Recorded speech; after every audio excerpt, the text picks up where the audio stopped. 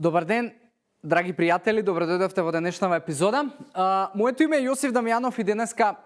одговарам на едно многу интересно прашање поврзано со готвење и доаѓа од една наша драга пријателка Стефани.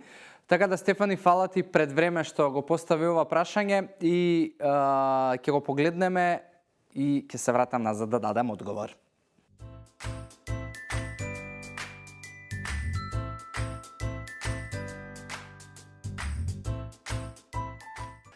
Стефани, одлично е прашањето и во еден или неколку наврати во изминатите епизоди имам зборувано за готвењето на храната и тоа дали можеби користење на микробранова печка, дали варење, дали печење се добри начин на подготовка на зеленчук. И ако нема генерален како да кажам, генерална оценка кој од начините на готвење е најдобар или најлош, затоа што горе-доле ако ги погледнеме сите начини на готвење, сите имаат своји специфичности и имаат и добри и лоши страни, но во секој случај кога се работи за пржење, како што е твоето прашање, пржењето има интересна работа тоа што пржењето е практично многу брз начин да се приготви зеленчук. И по таа логика губењето на нутритивни вредности е не невозможно, но е помалку возможно затоа што пржењето на зеленчукот обично се одвива кратко. Не стои тоа во тавче, не знам, по 10 минути или така натаму, туку обично, не знам, ако земеме пример пиперки, се пропржуваат или можеби морков, малку се пропржува или кромит, се пропржува додека не добие некоја боичка и тоа можеби е потребно минути и пол до 2 понекогаш и затоа времето за да се оштетат нутритивните вредности е кратко, но не значи дека нема да се оштетат. Она што е факт и прва работа, пржењето дефинитивно, да речеме, ќе оштети витамин Е и каротиноиди, односно бета-каротенот, и витаминот А. Од друга страна, витамините како што се B1, B2, B6, витаминот С,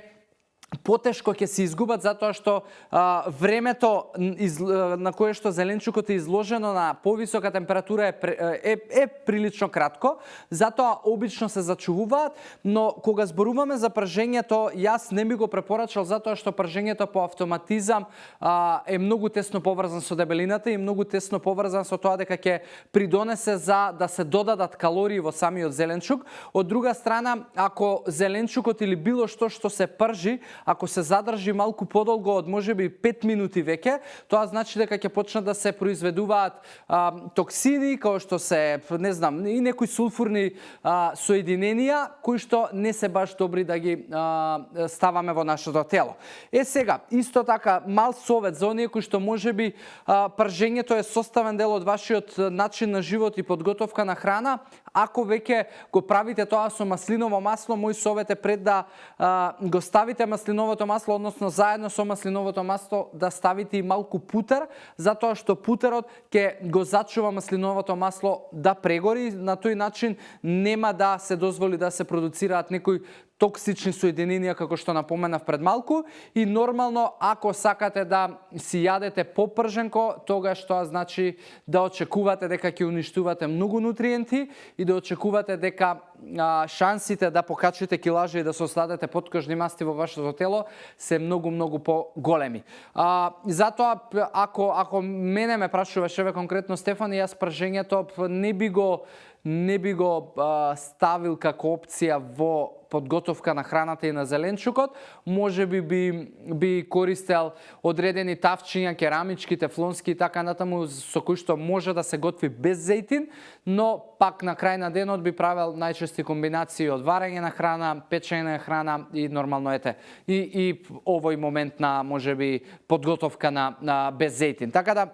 мислам дека горе-доле ти дадов некој насоки одговор за ова прашање. Фала ти уште еднаш и нормално, ако можеби ти требаат подлабоки информации околу сето ова, или контактираме во приватна порака како што тоа го направивме првиот пат, или нормално користете хаштаг #AskJosif,